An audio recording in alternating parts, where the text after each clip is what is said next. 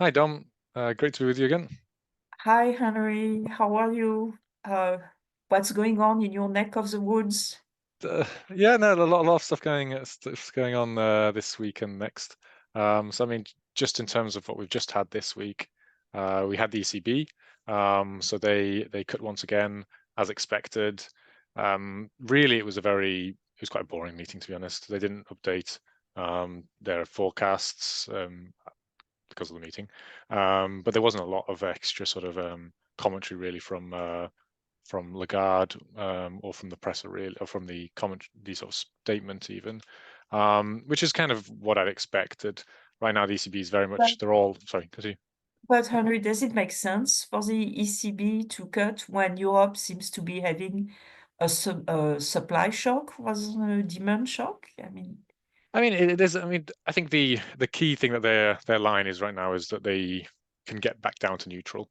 So they're above neutral right now. Where neutral is unclear, but they see policy as being relatively tight.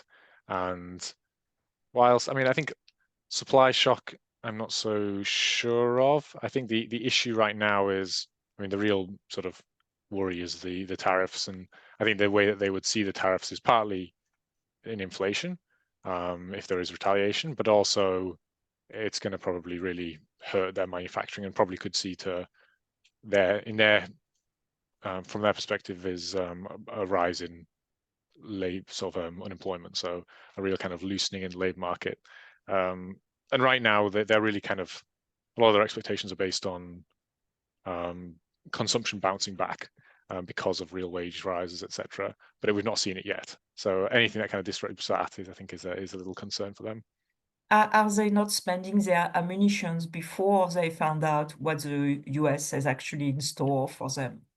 No, it's a good point. I think I mean, to be honest, I think they haven't decided together whether tariffs would be hawkish or dovish. I think what they would like to say is it's a fiscal problem, really, and therefore, if there's sort of issues in the external market and there's those kind of issues, it's not the ECB, to really resolve. It should really be sort of fiscal loosening, but no one's really spending right now in terms of the government, so it's very hard to um, to lean it on that. So right now, it's just, I mean, I guess it's a little bit of ostrich head in the ground. They've got this kind of view. Nothing has really shaken it, and therefore they'll stick to it until something does. So yeah, as I say, all their views are based on no tariffs. So anything that I mean, you're going to be able to give us a little bit more information on that as to what we can see next week, maybe. But anything that sort of changes that will have to then get baked in and reacted to. But I mean, that's the side that's going to be very hard to guesstimate in terms of what will the US do. It's all, a lot of it is, as you're very aware, sort of personalities and personality clashes potentially. Um, but even without that, I mean, the inflation data, I think, is less, or may end up being less benign than they hope. Certainly, the labor market's much tighter. So we'll get a little bit more information on that on Monday. But the only problem is that Q1 inflation data in Europe is very volatile. So while I do see this risk of service inflation overshooting, the ECB is probably going to be quite happy to ignore that until they're at least after their March meeting when they have the whole of Q1 data.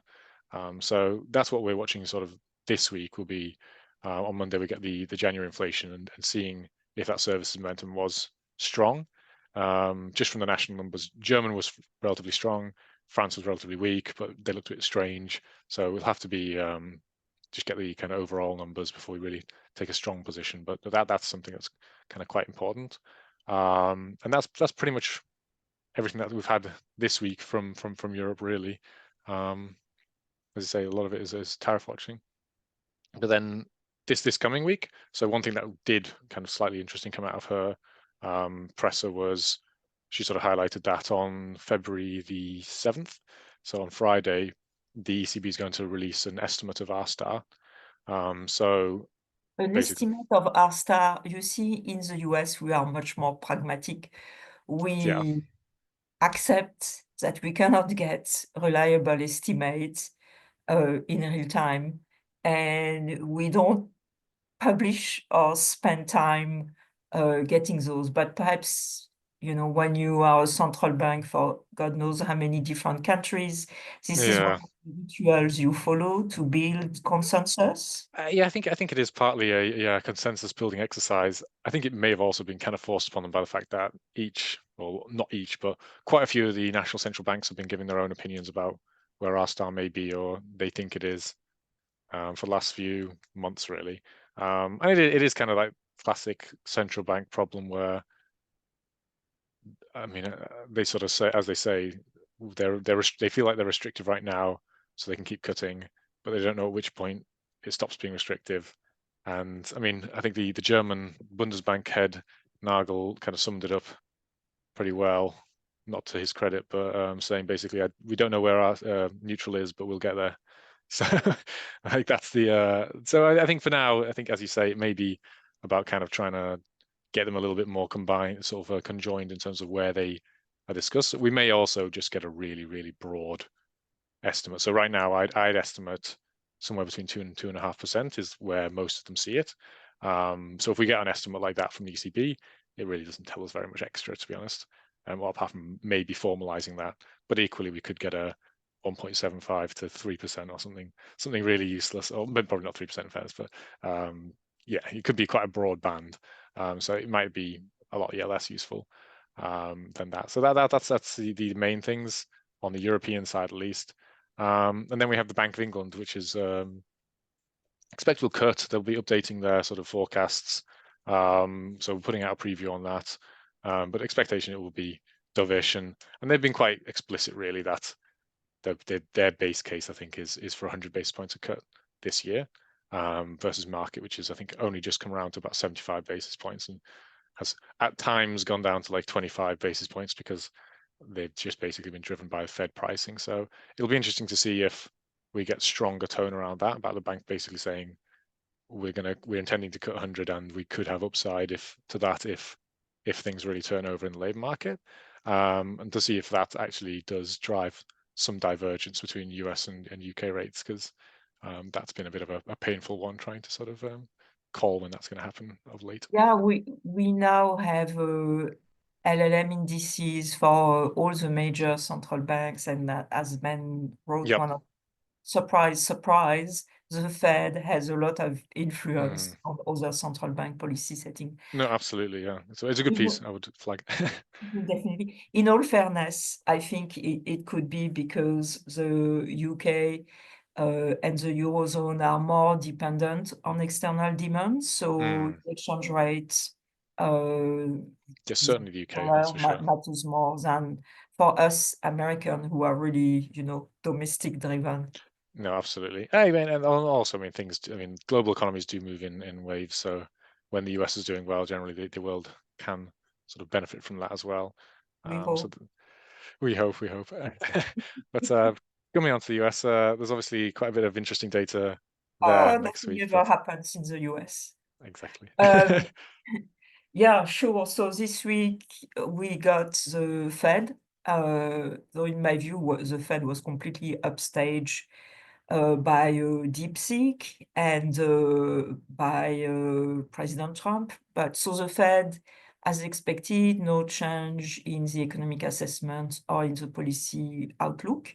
To me, the more interesting story out of the Fed was the fact that you can see the administration and the Fed figuring out how to coexist kind of peacefully, because the Fed Powell was very careful not to say anything that could be interpreted as critical of the administration policies, and at the same time to reassert the independence of monetary policy.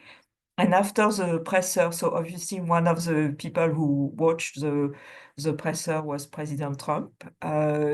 He truthed. I mean, he posted on the Truth Social that basically the Fed had not managed to bring down inflation, and he was going to do it himself through lower energy prices, deregulation, stronger manufacturing sector, so stronger supply side. And he also asserted that the Treasury would take control of bank supervision and regulation. So in a way, Oh, wow. this was an implicit admission that monetary policy is with the Fed. It will remain under the Fed control. And in fact, one of the questions during the presser was whether there was any contact between the administration, between the president and Chair Powell, and Powell said none. So that I thought was important because an open conflict between the administration and the Fed would be really negative for markets. So that's good. Then the DeepSeek story, in my view, is just one episode in an industrial revolution. It's going to bring down the cost of AI. I mean, you saw the market reaction, which we discussed in our webinar, but there was only a few stocks, basically the producers of foundational model, who were really affected. The rest of the stock market did quite well, which makes sense. They will have to pay less for AI. And also, we are in a recovery, in expansion that is on a much sounder footing than the expansion of the late 1990s that was debt-driven. This time around, it's not the case. So I don't think at all that we're going to see a dot-com bubble 2.0. As a slightly maybe controversial in terms of the not being debt driven, is there an argument to say it's government debt driven? Oh, definitely. Definitely. And that's a big issue for the Trump administration. The deficit is unsustainable. We're talking about 7%. The debt is 100% of GDP and rising. So they need to implement fiscal consolidation. So they inherited a situation which is very difficult. So they need to keep growth going while implementing consolidation, which ideally they should do over the medium term. I have very strong confidence that Secretary Bessent is thinking in those terms. But let's see, we still have to see the budget, the draft budget. Let's see what it Just looks a really quick question on that, because we've had, I mean, I've not been watching sort of all the details, etc., but we've had all these sort of headlines around cutting spending or cutting sort of freezing spending, etc. Is that going to have any? Is that just going to be a drop in the water in terms of the actual deficit, or would you expect that to appear in the numbers in the near term? So the question is, will the deficit remain constant relative to GDP? I hope so. I am optimistic. At the same time, there was a retreat of Republican senators and House members, where they prepared the budget, and President Trump has asked for tax exemption on tips, on overtime, on Social Security benefits, on top of extending the tax cut from his first mandate.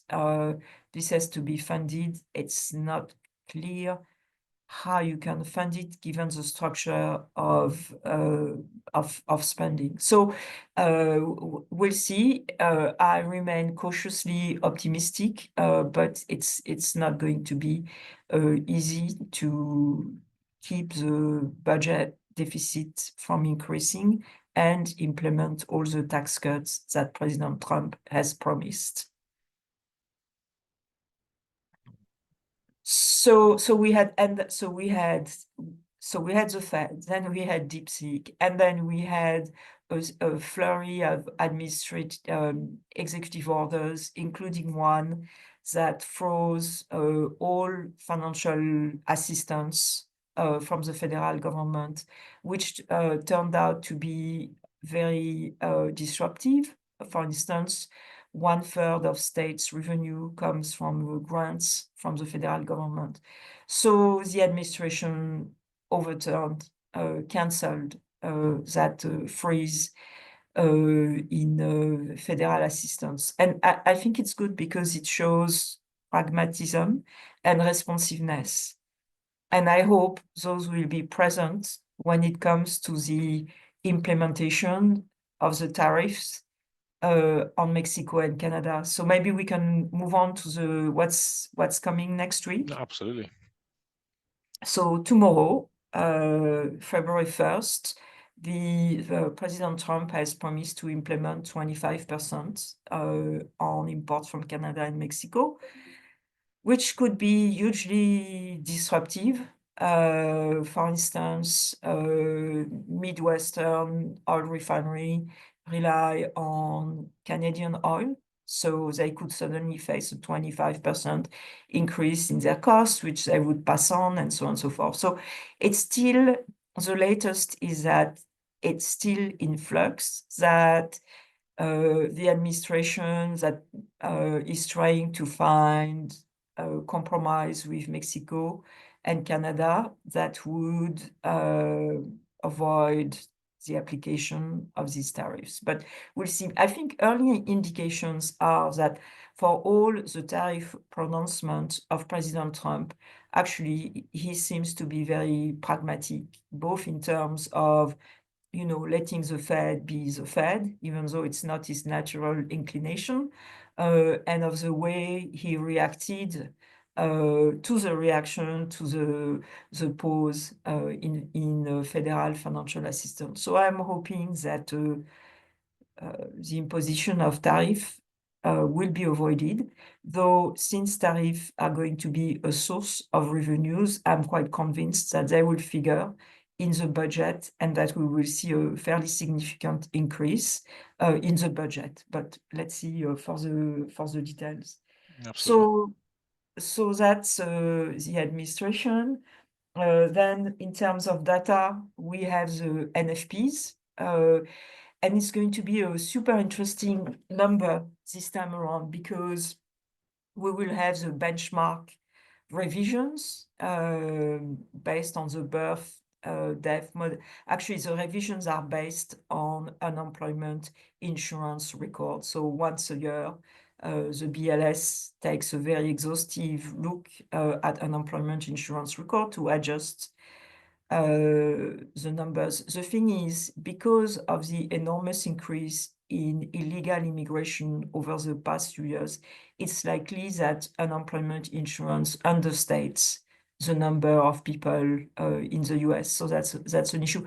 The other improvement that we are going to get is a better BLS estimate of the US population. Because the way the data is produced, the household survey ratio, so for instance, the unemployment numbers, the ratio of employed people are applied to population numbers supplied by the Census Bureau, and these population numbers had completely ignored the surge of immigration in the past few years. So they are going to upgrade those numbers, and so we should get a much more realistic data.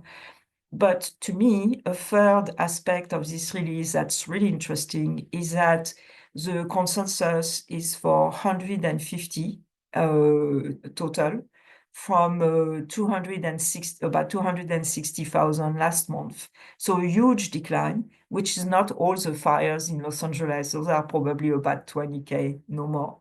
But this is what I've been calling for a long time, a much lower NFP and no change in unemployment. The consensus is still for unemployment at 4.1%. Why? Because the Biden administration had started to clamp down on illegal immigration ahead of the election. And so the increase in labor supply has really come down. And by the way, Powell himself alluded to this in the presser.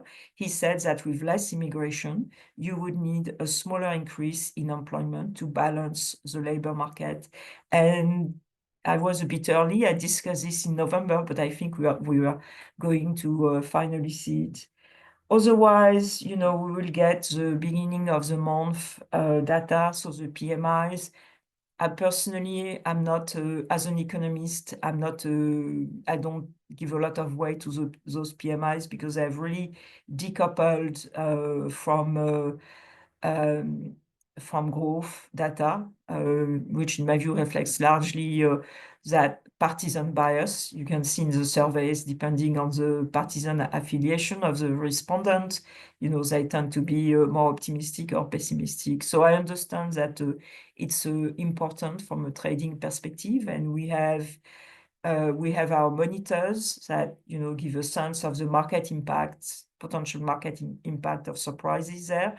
But from my perspective, from an economic perspective, it's not going to change much to my assessment of the outlook that remains very positive. No, true. Yeah, I mean, I would completely echo your thoughts in terms of PMIs. Like in Europe, they've been pretty much worse than useless. But the market still cares about them, is the weird thing. And certainly in Europe, I mean, we'll get the PMIs as well. Very seasonal, and they're kind of on the upshift right now. So I think it could play into our view, which is being more hawkish ECB, just based on the fact that they're on the upswing, and therefore we may get some more positive surprises, which obviously is not an economic argument, but unfortunately that's kind of has been more important than it probably should be in market pricing of late. I would just sort of point us to some of the good pieces we've sort of had out, and I would sort of also point towards for all our clients to sort of check out the webinar we did this week. So where we did sort of discuss the DeepSeek stuff, yourself and also our quantitative sort of strategist Dalvia. So definitely check that out. Bilal's put out a piece on Trump tariffs and some of his takes on it, which is also worth sort of checking out. Obviously, we have the usual the Fed previews and overviews, and same from Europe. And then we also put out a piece on Ukraine-Russia ceasefire and potential sort of impacts, particularly for sort of Central Eastern Europe. So please, everybody, do check out all that. Please drop us a line if you've got any questions. Thank you once again, Dom, for a great chat. And thank you, Henry. And to our listeners, have a great weekend and good luck next week on the markets. Absolutely. Thanks.